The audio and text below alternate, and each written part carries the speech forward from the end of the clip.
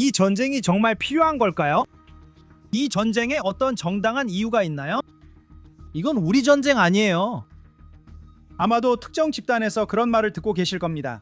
문제는 왜 그들이 그렇게 말하는가입니다. 사실 그 답은 성경에서 찾을 수 있습니다. 네, 정말 놀랍게도 항상 관련이 있죠. 하지만 더 중요한 것이 있습니다. 왜 성경일까요? 곧 그 이유를 알게 될 겁니다. 만약 다른 이유가 궁금하다면 오늘 끝까지 저와 함께 해주세요. 코엘렛, 즉 전도서에서는 아주 간단하게 말합니다. 해 아래 새로운 것은 없습니다. 인간의 본성은 변하지 않습니다. 그 패턴들은 반복됩니다. 그리고 그 말은 오늘날의 독선적인 사람들은 어제의 독선적인 사람들과 똑같다는 뜻입니다. 단지 현대적인 옷을 입고 있을 뿐이죠. 그리고 요즘에는 그걸 아주 분명하게 볼 수 있습니다. 혹시 이런 분들 아시나요? 과거로 돌아가면 아돌프 히틀러를 죽이고 싶다고 하는 사람들이요. 과연 그럴까요? 정말 고귀하군. 사실은 코엘렛이 말했듯이 이 사람들이 90년 전에 살았어도 지금과 똑같았을 거라는 거야. 이들은 미국이 나치 독일과 싸우지 말아야 한다고 주장해 히틀러가 위협이 아니라는 거지. 그건 우리의 전쟁이 아니라고. 해 아래 새로운 건 없어. 이 사람들은 자신이 안전하다고 믿고 폭력이 항상 자신과는 멀리 있다고 생각하는 한 폭군의 폭력을 언제나 외면하는 사람들이야. 그들은 거리를 안전으로 착각하지. 그리고 그들은 자신의 무관심을 평화, 인류의 도덕적 우월성이라는 말로 포장하지. 트럼프 대통령이 하는 일은 1930년대 서방이 했어야 했던 일과 같다. 하지만 그들은 하지 않았다. 그때 히틀러가 부상할 때 그는 반대파를 짓밟고 자기 국민을 살해하며 정복을 준비하고 있었지만 서방은 외면했지.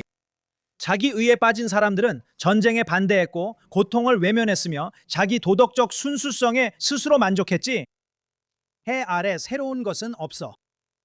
거의 50년 동안 이란이 저지른 끔찍한 만행에도 불구하고 오늘날에도 똑같은 일이 벌어지고 있어. 서방과 미국 자체를 상대로 한 끔찍한 폭력의 비열한 캠페인이야. 지난주에 말했듯이 900명의 미국인 희생자들이 있는데도 이 사람들에게는 악에 맞서 싸울 충분한 이유가 되지 않아. 나치 독일이 폴란드를 침공한 후에야 비로소 유럽은 생존을 위한 전쟁에 내몰리게 되었지. 미국도 진주만 공격으로 2043명의 미국인이 희생된 후에야 참전했지. 그리고 이스라엘이 적대적이었다며 모든 것이 이스라엘의 잘못이라고 끊임없이 비난하는 사람들도 있어. 그들은 자기들 편한 대로 사실을 무시하지. 지난 30년 동안 이스라엘은 팔레스타인 해방기구를 인정했고 영토에서 철수했으며 유엔 결의안을 준수했고 유대인 공동체를 해체했으며 수천 명의 우리 시민들을 강제로 이주시켰어. 우리는 하마스가 가자 지구에 자리 잡게 했고 팔레스타인 해방기구가 유대와 사마리아 일부에 자치정부를 세우는 것도 허용했지. 우리는 레바논에서 철수했어. 우리는 유엔 결의안 1701호의 약속 아래 유엔이 우리의 북부 국경을 지키도록 허락했지. 이 모든 것은 평화를 진전시키기 위한 명분이었어. 그리고 그 대가로 우리가 받은 것은 무엇이었지? 테러, 폭력, 선동이 꾸준히 증가했고 결국 10월 7일의 참혹한 공격으로 이어졌지. 하지만 그게 다 우리 잘못이래. 그 오랜 세월 동안 아랍 측에서 진정성이나 평화에 대한 진정한 의지를 보여주는 선의의 제스처는 단 한 번도 없었어. 단 하나도 없었지. 지금 평화를 외치는 사람들은 그 폭력을 한 번도 비난하지 않았어. 강에서 바다까지를 외치는 사람들은 이스라엘에 대한 모든 잔혹 행위에 정당성을 부여했지. 하지만 그들은 도덕적이라고 해. 이스라엘 국민들은 평화를 위해 큰 위험도 감수하려 했지. 하지만 우리가 한때 이론적으로만 여겼던 위험들은 더 이상 추상적이지 않아. 그것들은 현실이고 치명적이야. 끊임없는 테러와 민간인들을 향한 수천 발의 로켓 공격에도 불구하고 우리는 30년 동안 자제해왔어. 그리고 오늘날 이스라엘이 할 수 있는 일을 보면 우리는 이 위협을 아주 오래전에 끝낼 수 있었던 것이 분명해. 우리는 외교가 성공하길 바랐기 때문에 자제를 선택했어. 하지만 그 자제는 약함으로 해석되었고 우리의 적들은 그 약점을 이용해 우리의 몰락을 재촉하려 했어. 그 시대는 끝났어. 이스라엘은 우리를 파괴하려는 자들을 더는 용납하지 않을 거야. 이제 선택은 그들에게 달려 있어. 세상은 더 나아질 수 있어. 하지만 선의 힘이 자신의 가치를 지킬 때만 가능하지. 중요한 순간엔 수십 년 뒤늦게 깨닫는 게 아니라 중요한 바로 그 순간에 해 아래 새로운 것은 없어. 우리가 지금 내리는 선택만이 다를 뿐이야. 때로는 올바른 선택을 하려면 어려운 결정을 내려야 해. 지난 며칠간의 사건을 살펴보자. 이란은 하메네이의 아들을 새 지도자로 선출했어. 신의 사자 또는 아야톨라는 이 이미지에서 볼 수 있듯 살과 피로 이루어진 존재가 아니야.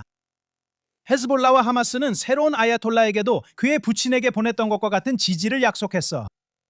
가자, 베이루트, 테헤란이 지금 얼마나 비슷해졌는지 보면 이해할 수 있어.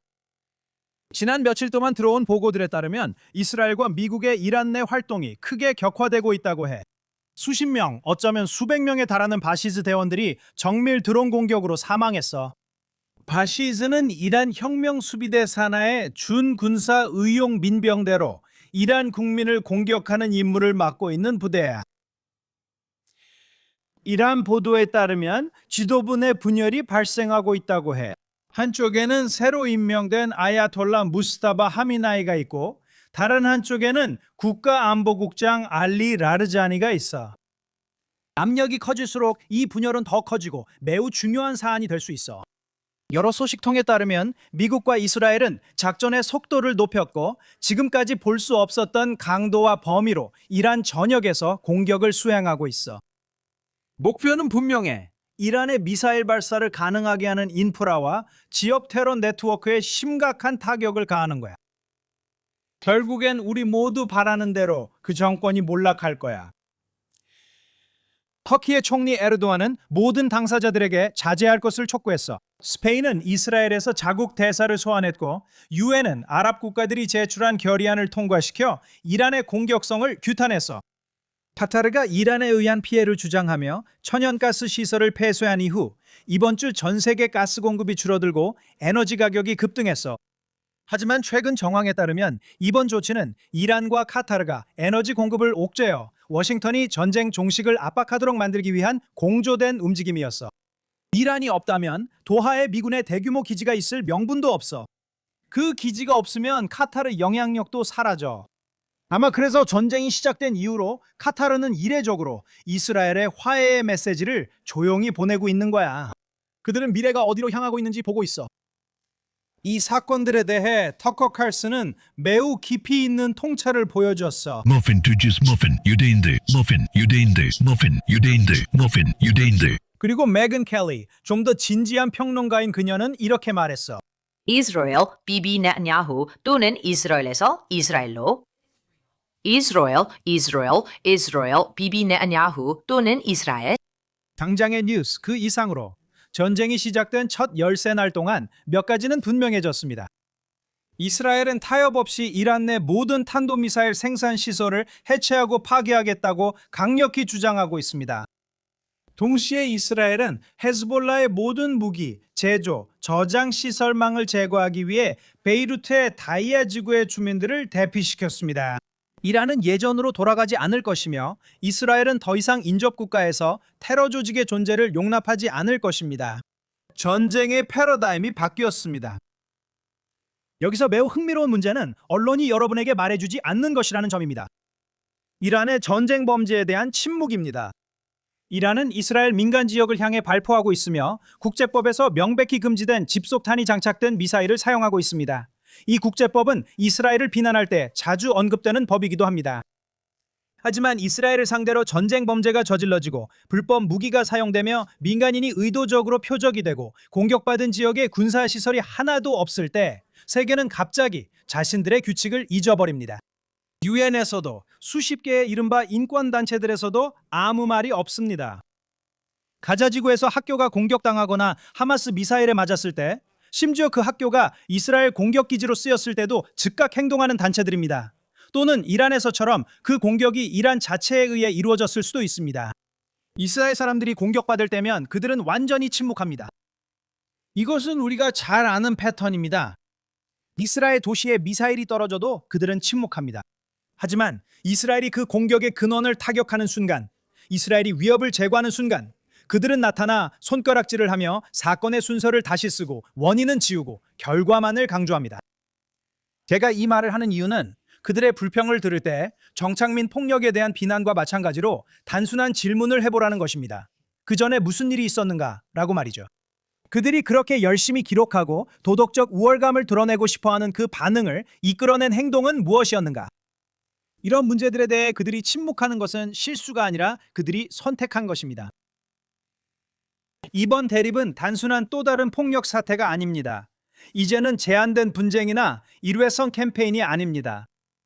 최근 갈라이 이스라엘 라디오에서 진행하는 제 히브리어 쇼에서 도란 마차 박사와 나눈 대화 중 그는 우리가 살아가고 있는 이 순간을 이해할 수 있는 강력한 관점을 제시했습니다. 그는 우리가 과거의 연속이 아닌 완전히 새로운 이야기 안에 있으며 이 새로운 이야기가 이스라엘에 더 낫다고 주장합니다. 이스라엘은 2년 넘게 여러 전선에서 전쟁을 치르고 있으며 이는 단순한 지역 분쟁이 아니라 세계적 전쟁 양상을 보입니다. 마차 박사가 과장 없이 일종의 제3차 세계대전이라고 부르는 것입니다. 그리고 이 전쟁에서 4개의 주요 블록이 등장했으며 각각은 전략뿐만 아니라 이념, 심지어 철학에 의해서도 정의되고 있습니다. 첫 번째 블록은 이란, 헤즈볼라, 하마스, 후티 등 지하디스트 단체들로 구성된 폭력의 축입니다. 이들은 수년간 이스라엘을 약화하고 파괴하려 시도해왔습니다. 두 번째 블록은 실용적 거래 블록으로 도널드 트럼프가 이끄는 미국이 주도하고 있습니다. 이 블록은 최대 다수의 최대 행복을 추구하며 심지어 악한 이념조차도 경제적 지렛대와 거래를 통해 무력화할 수 있다고 믿습니다. 세 번째 블록은 진보적인 서유럽 블록으로 책임 없는 권리의 언어로 말하며 결국 선과 악 모두를 보존하게 되는 비현실적인 도덕적 이상을 추구합니다. 네 번째 블록은 도덕적 블록으로 이스라엘이 수년 동안 거의 혼자 대표해온 블록입니다. 정의, 도덕적 명확성, 그리고 객관적인 선과 악에 대한 믿음의 뿌리를 둔 블록입니다. 마차 박사에 따르면 전환점은 2026년 2월 28일에 찾아왔는데 그때 미국이 실용적 블록에서 이스라엘의 도덕적 블록으로 넘어갔습니다. 그는 이것을 미국의 진주만 순간이라고 묘사합니다. 군사 공격이 아니라 이란과의 협상 붕괴였습니다.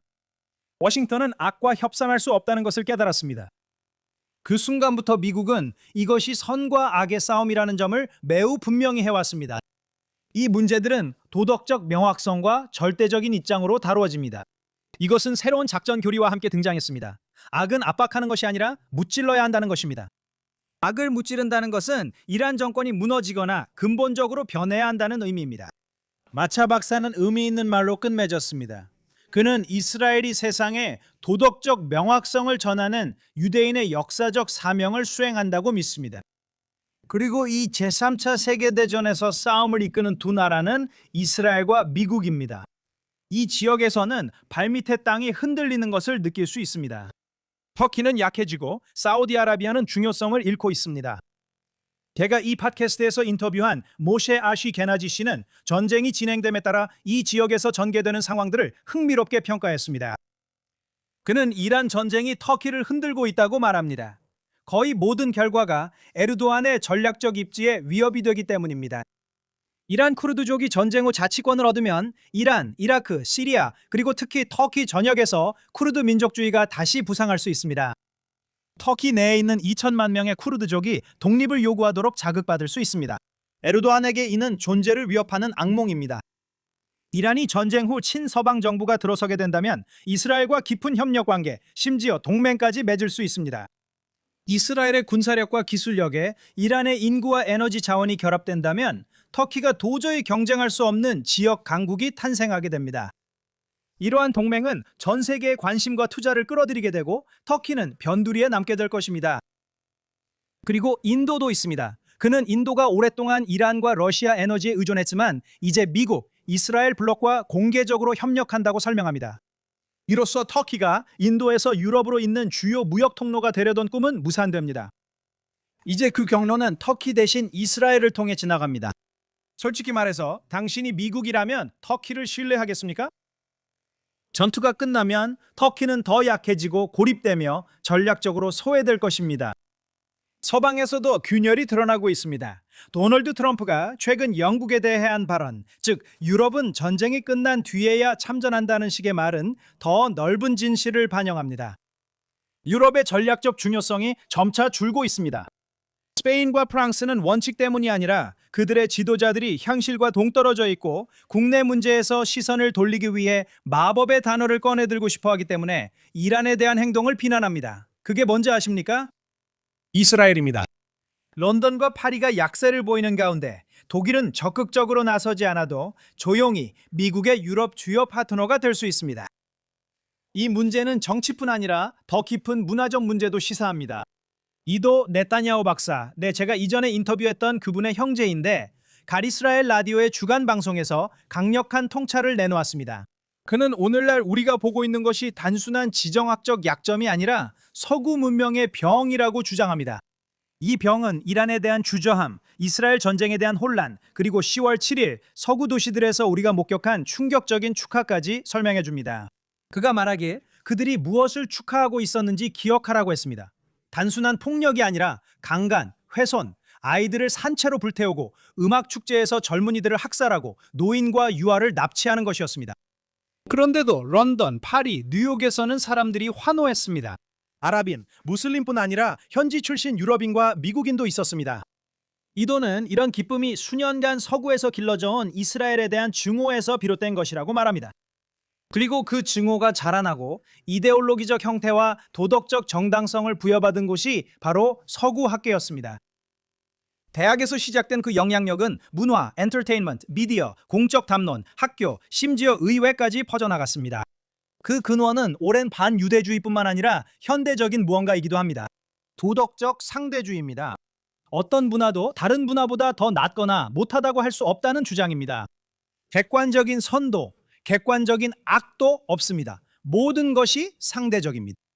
같은 사고방식으로 하마스 테러범을 자유투사라 부르는 이들이 생깁니다. 그건 당신의 관점에 달려 있습니다. 옳고 그름은 없습니다. 모든 것이 상대적입니다. 하지만 이도는 말합니다. 철학자나 종교인이 아니더라도 누가 저지르든 어떤 명분을 내세우든 일부러 유아와 그들의 어머니를 살해하는 것은 악이라는 것을 알 수 있다고요. 그리고 그런 행위를 미화하는 문화를 깊이 분석하지 않아도 그 문화가 심각하게 결함있고 열등하며 이를 찬양하는 세계관은 질병임을 알 수 있습니다. 이도는 말합니다. 현대 서구에서는 이른바 억압자들을 상대로 한 어떤 행동도 자동적으로 도덕적인 것으로 여겨진다고요. 또한 서구의 모든 가치는 자동으로 타락하거나 악하다고 여겨집니다. 비록 상대주의와 모순되더라도 신봉자들은 자신의 모순을 크게 신경 쓰지 않는 듯합니다. 상대주의는 조국의 개념도 무너뜨립니다. 이들에게 국가는 의미가 없기 때문입니다. 그리고 조국이 아무 의미가 없다면 왜 그것을 지켜야 할까요? 왜 군대에 복무하고 무엇을 위해 싸워야 합니까? 이도는 유럽 지도자들이 전쟁의 현실을 다시 인식했어도 젊은이들을 국가 방위에 모집하지 못하는 것은 놀랄 일이 아니라고 말합니다. 이 지도자들이 원인은 아닙니다. 그들은 그저 반영일 뿐입니다. 그들은 사회의 상대주의를 반영합니다. 그래서 그들이 망설입니다. 왜냐하면 용기는 신념에서 나오고 신념은 진실에서 나오기 때문입니다. 진실이 없으면 확신도 있을 수 없습니다. 한편 이스라엘과 미국의 조종사들은 자신들의 임무가 도덕적으로 명확하다는 것을 완전히 인식한 채 주저함 없이 이륙하여 본질적으로 야만적이고 원시적이며 사악한 정권을 타격합니다. 오늘 우리는 전도서로 시작하며 해 아래 새로운 것이 없음을 상기했습니다. 우리 전통에는 또 다른 진리가 있습니다. 사람들이 세상을 바꾸기로 하면 세상은 변합니다.